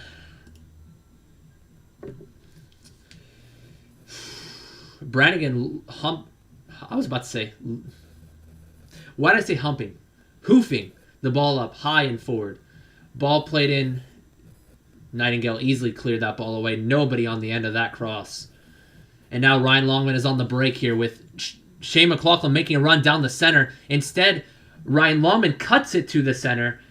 Left-footed shot just over the bar. Maybe a little selfish, but I think that was Atkinson tracking the run from Shane McLaughlin there. He was able to track McLaughlin. He wasn't completely wide open, so Longman took it upon himself to try to take that shot on top of the 18. Shot with his left foot.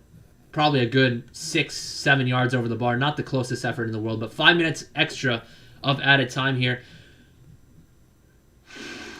Cross coming in there for Oxford. I thought the Dons were going to be able to deal with that, but Che Alexander was muscled off by Sam Winnell, and Sam Winnell was kind of holding him back like, nope, you're not going to get to your man. And in the end, it was Ruffles who tried to get the header, but it was a good 5 yards over the bar there. Decent opportunity there from Oxford. Had Ruffles gotten a little bit more, I was about to say underneath the ball, but had he gotten that connection with his forehead around that center line of the ball, could have been a different story, but he got a little underneath that header, and it's a wasted opportunity there for Oxford United.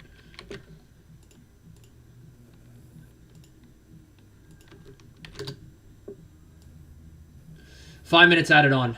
4 minutes to go here with 1 minute of extra time already elapsed. So, yeah, that was a good opportunity there for Oxford United. Che Alexander had a bit of a hard time getting past Sam Winnell there, who was essentially trying to obstruct him and shield him away from that far post run from Ruffles. And to be fair, Ruffles has done a hell of a job. He was the one that scored the goal for Oxford.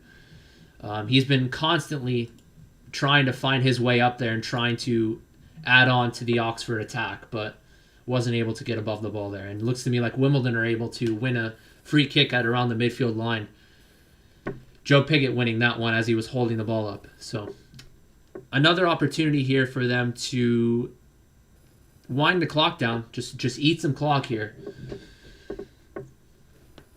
Time is on the Dons' side. Can they hold on to this very crucial 2-1 scoreline here? If they get this win here, if they drop points, not only are they going to drop points, but they are going to drop points to the teams below them in the relegation battle. So this is a bit of a nail-biter for either side here. I thought for sure that a win for AFC Wimbledon would secure their place in EFL League One, but the other teams below them are saying no, sir. The other teams below them putting up a good fight.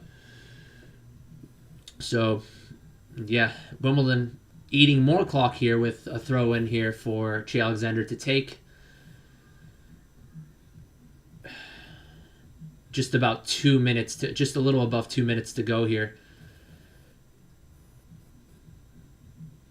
Dobson with a nice little tackle there to win it back after Winnell initially won the ball back, and now he's going to find the ball. Winnell wins it back though from Woodyard as he was a little too complacent on the ball here. On the ball, he was able to pick it off from behind, but the run there from number 19 Dan Aguirre, he was making a run on that right hand side, but he was forced out of bounds as it was a good track back there from Nesta Guinness Walker was able to force Aguirre out of bounds. So, yeah, the time's running down here. Oxford have not been able to find themselves on the ball very much in these 5 minutes of added time. It's been all Wimbledon in terms of possession. They're able to eat some clock down.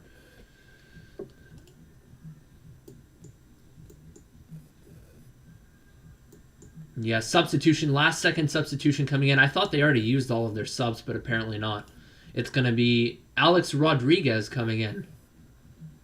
What is there a 5 substitution rule now? I thought it was 4 subs max. I guess they're using their 5th and final substitution. I thought it was 4, but I guess it's 5. So with this new COVID regulation, I guess you can use 5 substitutions. Catch me up to speed on that. I'm not too familiar with it, but Alex Rodriguez is going to be coming on. Who comes off? I couldn't quite see. Brannigan, okay. I thought Brannigan was their best player, so we'll see what happens in this final 30 seconds of the game here. I think it was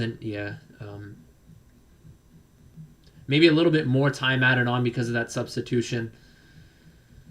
This could be the last chance of the game, but it looks to me like Ness Walker gets a clearance. A little bit of a midfield battle there between both sides. Won by AFC Wimbledon in the end.